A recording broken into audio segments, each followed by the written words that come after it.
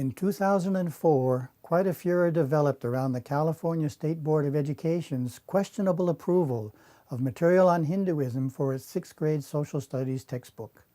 The controversy still continues in the form of an active lawsuit.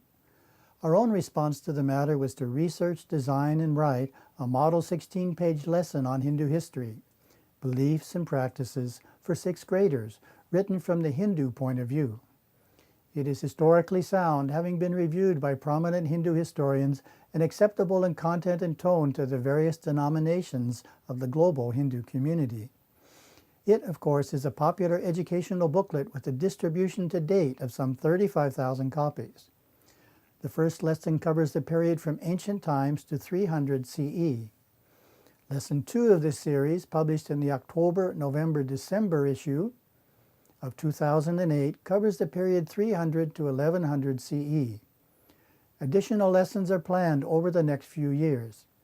This is an important way that the editorial staff is reaching out to the broader community, both Hindu and non-Hindu, to present an authentic view of Hinduism that will be understood and appreciated in the West.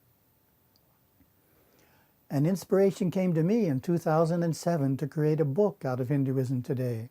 Specifically, I envisioned the best of our educational insight sections compiled into a book called What is Hinduism? Approached from scratch, such a book would take a large team years to produce, especially with the level of artistry, research, patience, and care that is found in each chapter.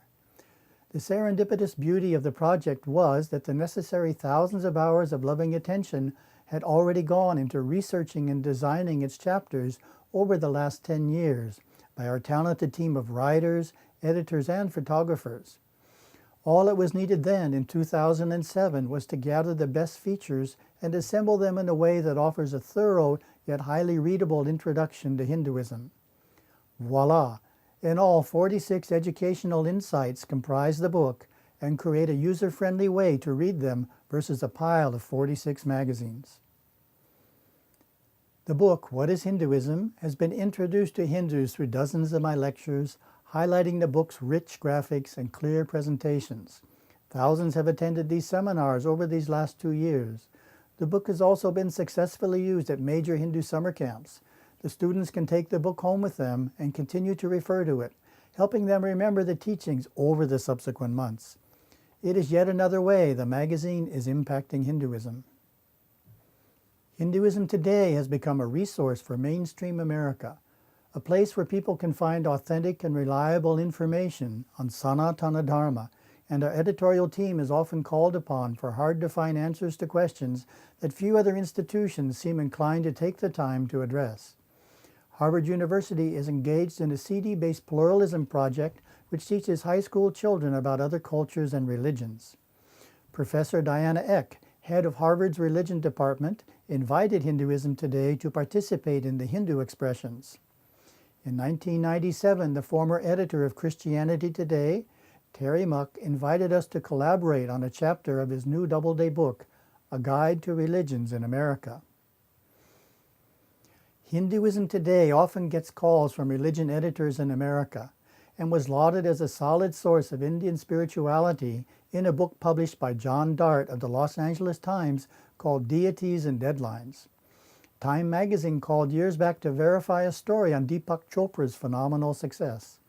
Indeed, Hinduism Today has gained a reputation for credibility, access to authentic information, and a commitment to objective, unexaggerated reporting. But that's just the beginning and doesn't explain why a select committee seeking the Hindu view on the ethics of human cloning for a report to U.S. President Bill Clinton called our editorial offices in March of 1997, or why the Ford Foundation sponsored 2 of our editors to join 50 prominent religion editors in the U.S. at a meeting in Atlanta, Georgia, or why we were asked to write a chapter on Hindu medical ethics for the Southern Texas Medical Association. You get the idea.